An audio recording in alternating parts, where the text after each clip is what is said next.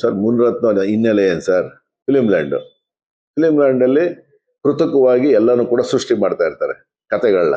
ಹಂಗೆ ಇದೊಂದು ಕತೆ ಅಷ್ಟೇ ಅಲ್ವಾ? ಅವ್ರಿಗೆ ಸೋಲಿನ ಭೀತಿ ಆವರಿಸ್ಕೊಂಬಿಡೋದೆ.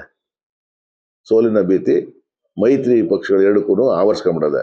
ಹಾಗಾಗಿ ಈ ಮುನ್ರತ್ನ ನಿರ್ಮಾಪಕರನ್ನ ಕರ್ಕೊಂಡ್ಬಂದು ಇದೊಂದು ಕತೆನ ಎಣೆಯುವಂಥ ಕೆಲಸನ ಮಾಡ್ತಾ ಇದ್ದಾರೆ ಅಷ್ಟೇ. ಹಾಗಾಗಿ ರಾಮೋಜಿಗೌಡರು ನಮ್ಮ ಜೊತೆ ಇರ್ತಕ್ಕಂಥವ್ರು, ಇಲ್ಲೇ ಹುಟ್ಟಿ ಇಲ್ಲೇ ಬೆಳೆದಿರೋಂಥ ಕನ್ನಡಿಗರು. ಅವರು ಒಕ್ಕಲಿಗರ ಸಮಾಜಕ್ಕೆ ಸೇರಿದಂಥವ್ರು, ನಮ್ಮ ಚಿಂತಾಮಣಿ ತಾಲೂಕಿನವರು. ಹಾಗಾಗಿ ನಮ್ಮ ಜಿಲ್ಲೆನಲ್ಲೇ ಕೆಲಸ ಮಾಡಿರ್ತಕ್ಕಂಥವ್ರು ಶಿಕ್ಷಕರಾಗಿ ಅಲ್ವಾ? ಶಿಕ್ಷಕರ ಸಂಘದಲ್ಲಿ 10 ವರ್ಷ ಅಧ್ಯಕ್ಷರಾಗಿ ಕೆಲಸ ಮಾಡಿದ ದಕ್ಷಿಣ ಜಿಲ್ಲೆಯಲ್ಲಿ. ಹಾಗೆ ಅವ್ರ ಬಗ್ಗೆ ನಮಗೆ ಸಂಪೂರ್ಣ ಮಾಹಿತಿ ಇರೋದೇ ಗೊತ್ತಿದೆ. ಹಾಗಾಗಿ ನಮ್ಮ ಮುನ್ರತ್ನವ್ರನ್ನ ಕೇಳಬೇಕು, ನೀವ್ಯಾರು ಅಂತ. ಬೆಂಗಳೂರಿಗೆ ಕರ್ನಾಟಕ ನೀವ್ ಯಾರಪ್ಪ ಅಂತ ಮುನ್ರತ್ನ ಅವ್ರು ಕೇಳ್ಬೇಕು ನಾವು ಅಲ್ವಾ? ಅವ್ರು ಹೋಗಿ ರಾಮೋಜಿಗೌಡರನ್ನ ಕೇಳ್ತಾ ಇದ್ದಾರೆ.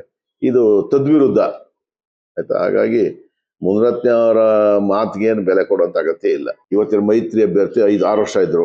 ಯಾರಿಗೆ ಗೊತ್ತಿತ್ತು ನಿಮ್ಗೆ? MLC ಅವರು ಪುಟ್ಟಣ್ಣ ಅಂತಾರೆ. ನಿಜ, ನನ್ನ ಹೆಸರು ನಾನು ಹಿಂಗಂತ ಹೇಳ್ಕೊತಿದ್ದೆ. MLC ಯಾರಪ್ಪ ಅಂದ್ರೆ ಪುಟ್ಟಣ್ಣ ಅಂತಾರೆ. ಅವ್ರು ಯಾರು MLC ಆಗಿದ್ರ ಇಲ್ವಾ, ಬದುಕಿದಾರ ಇಲ್ವಾ ಅಂತಾನೆ ಗೊತ್ತಾಗೋದಿಲ್ಲ.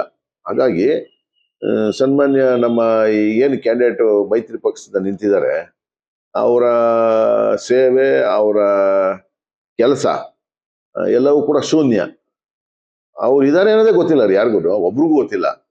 ಈಗೇನೋ ಕರ್ಕೊಂಬಂದು ಮೈತ್ರಿ ಅಭ್ಯರ್ಥಿಯಾಗಿ ಮಾಡ್ಕೊಂಡಿದ್ದಾರೆ. ಪಾಪ ಮಾಡ್ಕೊಳ್ಳಿ, ಆದ್ರೆ ಅವರಿಂದ ಯಾವ ಉಪಯೋಗ ನೋಡಿ ಈ ಸಮಾಜದ ಒಂದಿರ್ಬೇಕು ಕೂಡ ಇಲ್ಲ, ಮನುಷ್ಯರಿಗಿಲ್ಲ ಒಂದಿರ್ಬೇಕು ಕೂಡ ಇಲ್ಲ. ಅರ್ಥ ಆಯ್ತಲ್ಲ? ಹಾಗಾಗಿ ರಾಮೋಜಿಗೌಡರು ಗೆಲ್ಲಿಸಿದ್ರೆ ಈಗ ನನಗೆ ಗೊತ್ತಿರೋ ಸುಮಾರು 15,000 ನಿರುದ್ಯೋಗ ಉದ್ಯೋಗನ ಕೊಡಿಸಿದ್ದಾರೆ.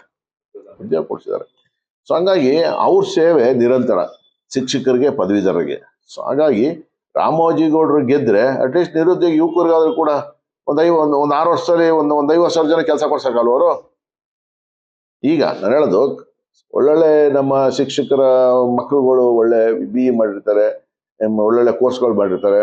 ನಮ್ಮ ಜನಗಳು ಅವ್ರ ಮಕ್ಕಳುಗಳು, ಪದವೀಧರ ಮಕ್ಕಳುಗಳು ಓದಿರ್ತಾರೆ, ಅವ್ರ ಮಕ್ಕಳು ಇರ್ತಾರೆ.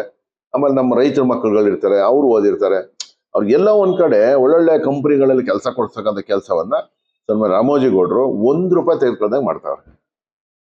ಹಾಗಾಗಿ ರಾಮೋಜಿಗೌಡರ ಗೆಲ್ಸಿದ್ರೆ 100ಕ್ಕೆ 100 ಭಾಗ ಈ ಸಮಾಜಕ್ಕೆ ಇನ್ನೊಬ್ಬ ನನ್ನಂತ ಕೆಲಸ ಮಾಡೋಂಥವ್ರು ಸಿಗ್ತಾರೆ. ಹಾಗಾಗಿ ರಾಮೋಜಿಗೌಡರ ಗೆಲ್ಲಿಸ್ಬೇಕು.